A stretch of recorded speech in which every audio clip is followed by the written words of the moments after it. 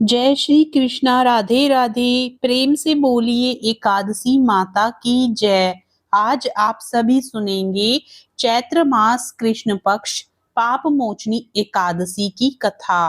अर्जुन ने भगवान श्री कृष्ण से कहा, हे मधुसूदन, आपने फाल्गुन मास के शुक्ल पक्ष की एकादशी अर्थात आमलकी एकादशी के बारे में विस्तार पूर्वक बतलाया।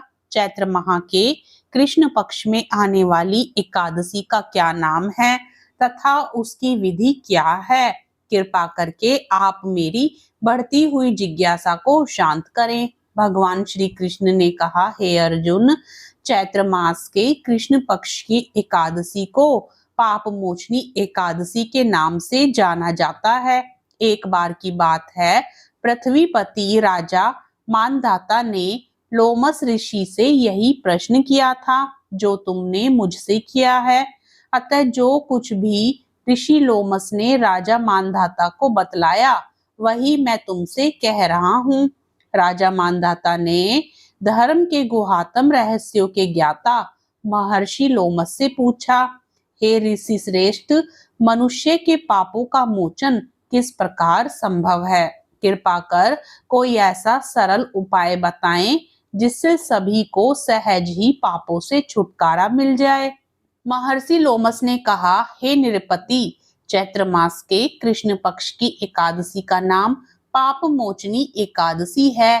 उसके व्रत के प्रभाव से मनुष्यों के अनेक पाप नष्ट हो जाते हैं। मैं तुम्हें इस व्रत की कथा सुनाता हूँ, ध्यान पूर्वक श्रवण करो। प्राचीन समय में चैत्र रथ नामक एक वन था। उसमें अप्सराएं किन्नरों के साथ विहार किया करती थी। वहां सदैव वसंत का मौसम रहता था, अर्थात उस जगह सदा नाना प्रकार के पुष्प खिले रहते थे।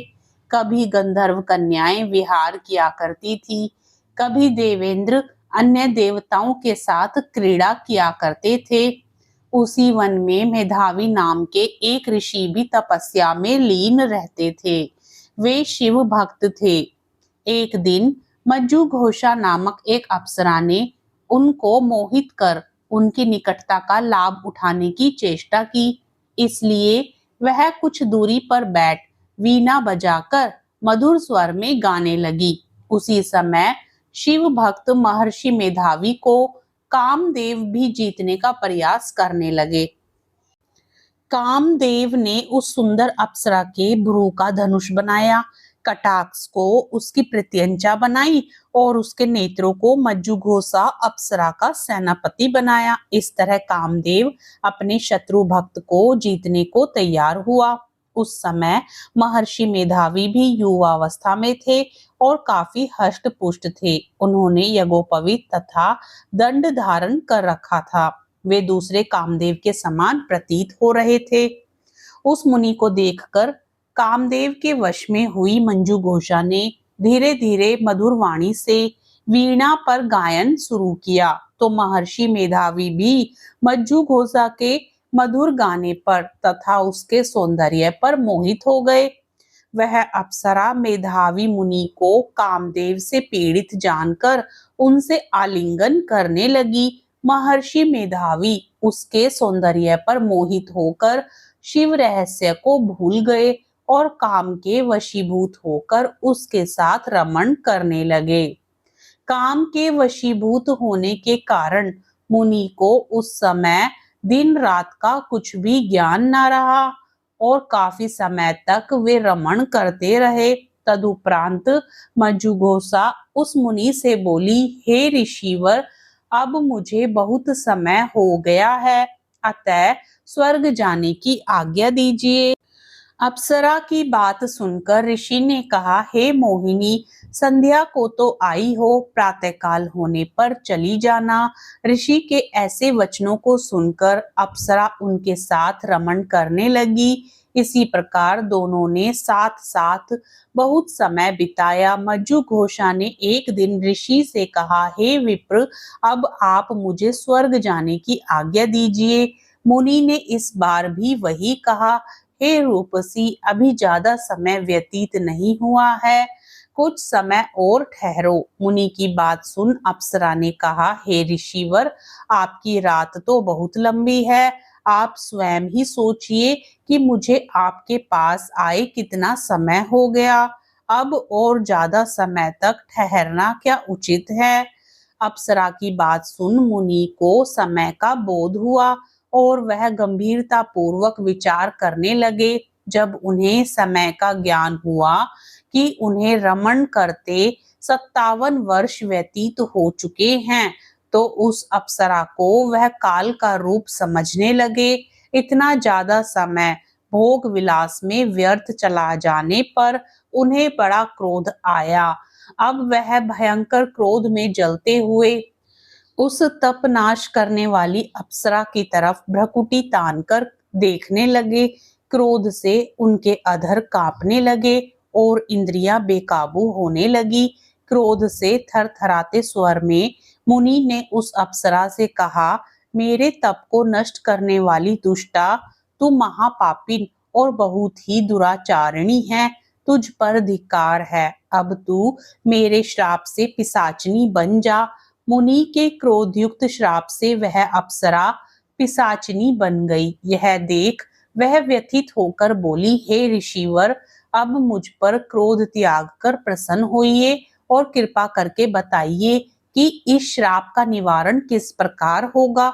विद्वानों ने कहा है, साधुओं की संगत अच्छा फल देने वाली होती है और आपके साथ तो मेरे बहुत वर्ष व्यतीत हुए हैं। अतः अब आप मुझ पर प्रसन्न हो जाइए, अन्यथा लोग कहेंगे कि एक पुण्यात्मा के साथ रहने पर मंजू घोषा को पिशाचनी बनना पड़ा। मंजू घोषा की बात सुनकर मुनि को अपने क्रोध पर अत्यंत गिलानी हुई, साथ ही अपनी अपकीर्ति का भय भी हुआ।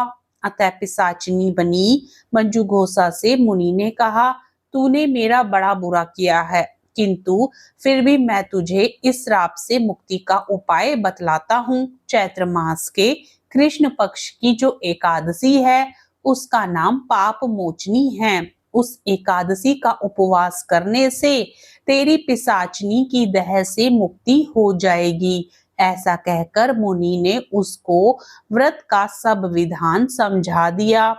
फिर अपने पापों का प्रायश्चित करने के लिए वे अपने पिता च्यवन ऋषि के पास गए। च्यवन ऋषि ने अपने पुत्र मेधावी को देखकर कहा, हे पुत्र, ऐसा क्या किया है तूने कि तेरे सभी तप नष्ट हो गए हैं, जिससे तुम्हारा समस्त तेज मलिन हो गया है। मेधावी मुनि ने लज्जा से अपना सिर झुकाकर कहा, पिताश्री, मैंने एक अप्सरा से रमण करके बहुत बड़ा पाप किया है। इसी पाप के कारण संभवतः मेरा सारा तेज और मेरे तप नष्ट हो गए हैं। कृपा करके आप इस पाप से छूटने का उपाय बतलाइए। ऋषि ने कहा, हे पुत्र, तुम चैत्र माह के कृष्ण पक्ष की पाप मोचनी एकादशी का विधि तथा भक्ति पूर्वक उपवास करो।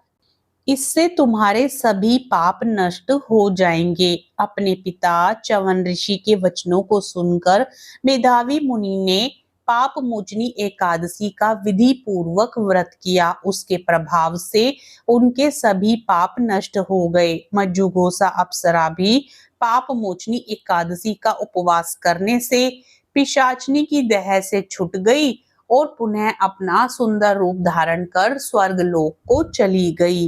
लोमश मुनि ने कहा, हे राजन, इस पाप मोचनी एकादशी के प्रभाव से समस्त पाप नष्ट हो जाते हैं। इस एकादशी की कथा के श्रवण व पठन से 1000 गोदान करने का फल प्राप्त होता है। इस उपवास के करने से ब्रह्म हत्या करने वाले, स्वर्ण चुराने वाले, मद्यपान करने वाले, अगम्यागमन करने वाले आदि भयंकर पाप भी नष्ट हो जाते हैं और अंत में स्वर्ग लोक की प्राप्ति होती है। प्रेम से बोलिए श्री हरि विष्णु भगवान की जय। एकादशी माता की जय। मित्रों, आपको कथा अच्छी लगे तो वीडियो को लाइक करना ना भूलें, वीडियो को शेयर करें और साथ ही चैनल को सब्सक्राइब भी जरूर करें।